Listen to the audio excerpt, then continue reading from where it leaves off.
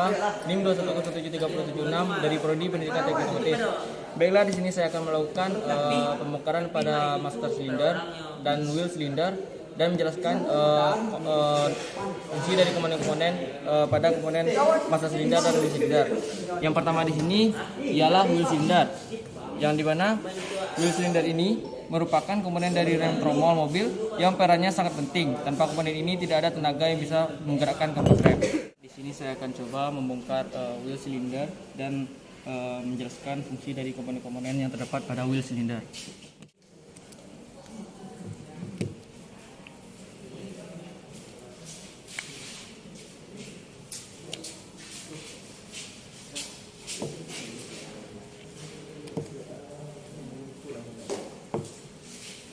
Baiklah, komponen yang pertama di sini adalah piston, yang dimana piston ini berfungsi untuk menekan sepatu rem agar menempel pada bagian tromol rem untuk melalui proses pengereman.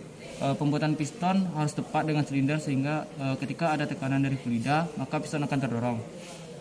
Terus yang kedua di sini ada bots, yaitu karet pelindung wheel silinder, yang dimana karet ini berfungsi untuk melindungi silinder dari kotoran atau debu. Oleh karena itu, komponen yang satu ini terletak di luar silinder dan menyeliputinya. Dan yang ketiga adalah seal pada piston. Seal piston ini adalah komponen silinder roda yang dimana seal yang ada pada bagian dalam silinder dan fungsinya untuk menutup piston dengan silinder. Baik piston maupun silinder harus berada dalam kondisi tertutup rapat untuk mencegah kebocoran cairan. Yang keempat adalah spring atau per, di mana compression spring atau juga dikenal sebagai expander spring assemble memiliki fungsi untuk mengembalikan piston ke awal. Roda selanjutnya adalah seal yang ada pada bagian silinder yang fungsinya untuk menutup piston dengan silinder. Baik piston maupun silinder harus berada dalam kondisi tertutup rapat untuk mencegah kebocoran cairan.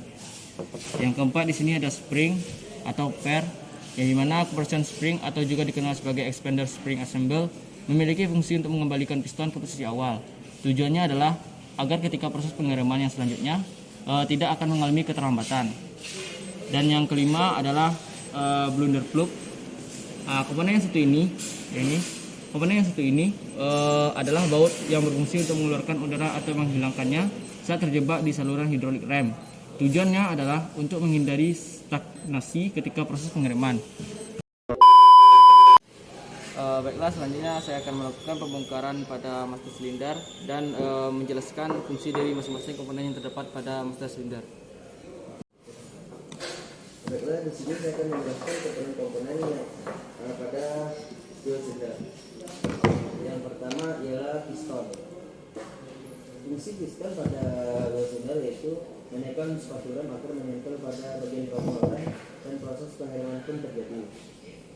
Fungsi clutch pada wheel silinder yaitu melindungi dari kotoran serta debu dan letaknya di mulut pada wheel silinder. Yang ketiga ialah seal piston, yang berupa fungsi dari seal piston